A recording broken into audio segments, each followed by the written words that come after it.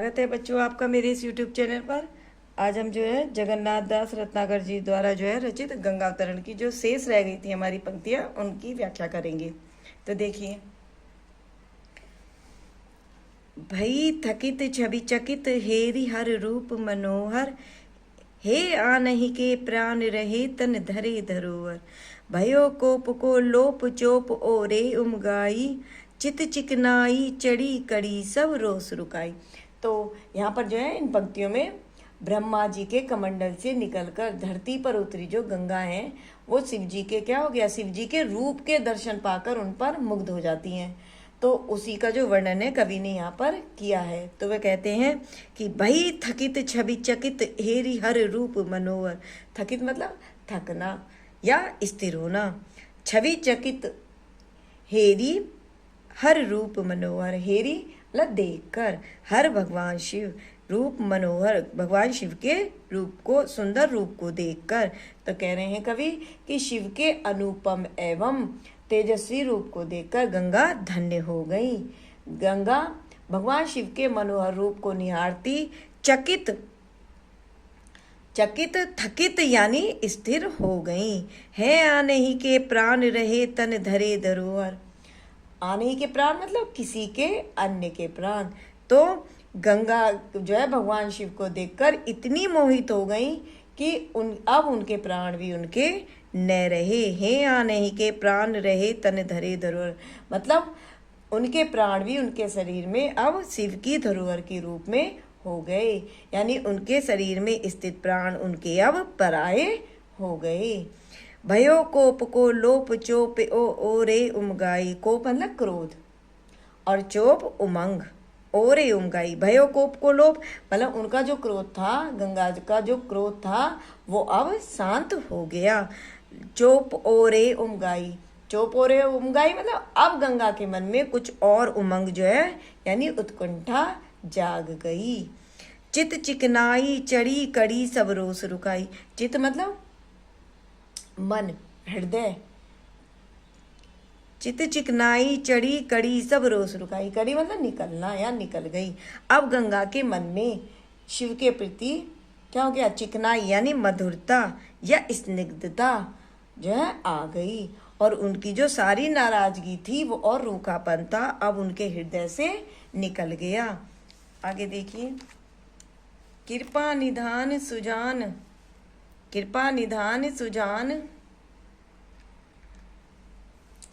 शंभु हिय की गति जानी। कृपा निधान मतलब कृपा के भंडार, सुजान चतुर, शंभु शिव, हिय हृदय और गति दशा।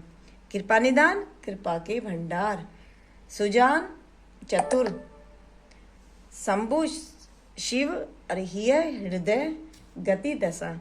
तो यहाँ दियो शीस पर ठाम बाम करी के मनमानी, यहाँ पर जो है कवि ने जो है शिव जी की जटाओं में गंगा जी के समानी का वर्णन किया। तो क्या कह रहे हैं, कृपा निधान सुजान शंभु हिय की गति जानी मतलब कृपा के भंडार, कवि कहते हैं कि दया के भंडार, कृपा के भंडार भगवान शिव ने जब गंगा के हृदय में मतलब गंगा के हृदय की दशा जानी, अर्थात उनके गंगा के हृदय में निहित भावों को पहचाना। तो दियो शीस पर ठाम, दियो शीस पर ठाम, शीस मतलब सिर पर, ठाम बाम करी के मनमानी, ठाम मतलब स्थान, शीस सिर और बाम हो गया स्त्री या प्रियतमा। तो कह रहे हैं तो मतलब जब भगवान शिव ने जब गंगा के हृदय की दशा जानी, उसके हृदय में निहित भावों को पहचाना, तो उसे अपनी स्त्री या प्रियतमा के रूप में स्वीकारते हुए उसे अपने सिर का स्थान दे दिया।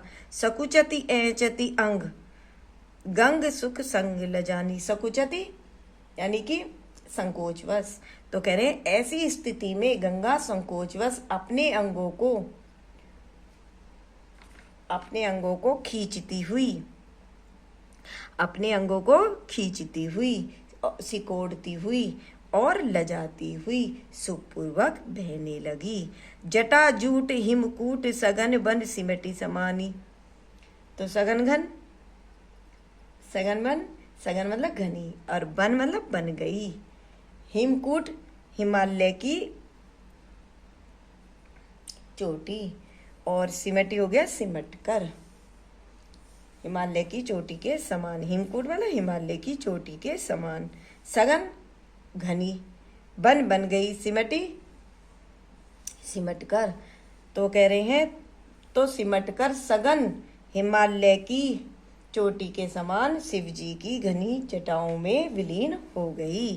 तो इसे एक बार और देखिए।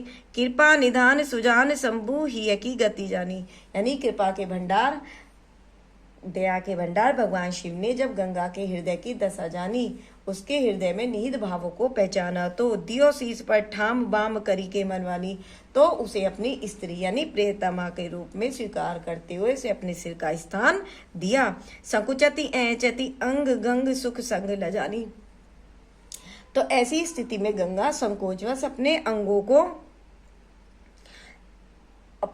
को खींचती हुई, सिकोड़ती हुई और लजाती हुई सुखपूर्वक बहने लगी। जटाजूट हिमकूट सघन वन सिमटी समानी, जटाजूट हिमकूट तथा सिमट कर सघन हिमालय की चोटी के समान शिव जी की घनी जटाओं में जो है वो विलीन हो गई।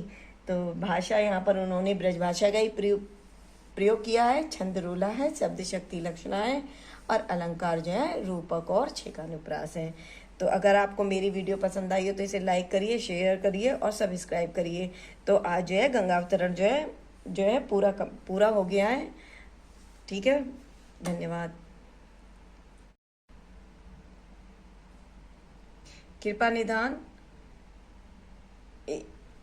कृपा निधान सुजान शंभु हिय की गति जानी, इसके जो प्रश्न उत्तर हैं वो मैं आपको बता रही हूँ, वो आप कर लीजिए। देखिए पहला प्रश्न तो आपको पता ही है, संदर्भ आता है तो प्रस्तुत पद्यांश हमारी पाठ्यपुस्तक के काव्यखंड के गंगावतरण शीर्षक से लिया गया, और इसके रचयिता या कवि जगन्नाथ दास रत्नाकर जी हैं। दूसरा प्रश्न देखिए, दूसरा आता है आपकी व्याख्या करनी है, तो मैंने आपको बता ही दिया है। अब अगला प्रश्न देखिए, पद्यांश के अंत में गंगा की किस स्थिति का वर्णन किया गया है। पद्यांश के अंत में गंगा की किस स्थिति का वर्णन किया गया है। तो पद्यांश के अंत में गंगा की इस स्थिति का वर्णन किया गया है कि जब शिव जी ने उसे अपने सिर पर अपनी प्रियतमा के रूप में स्थान दिया, तो वह संकोचवश अपने अंगों को सिकोड़ती हुई सुखपूर्वक प्रवाहित होने लगी, तथा सिमटकर सघन घनी हिमालय की चोटी के समान शिव जी की घनी जटाओं में वो विलीन हो गई।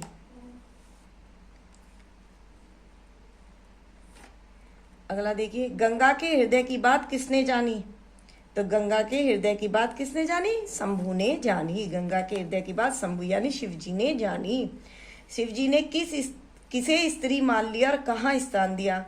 तो शिव जी ने गंगा को स्त्री मान लिया और उसे अपने शीश पर धारण करने, उसे वामांग पर स्थान दिया।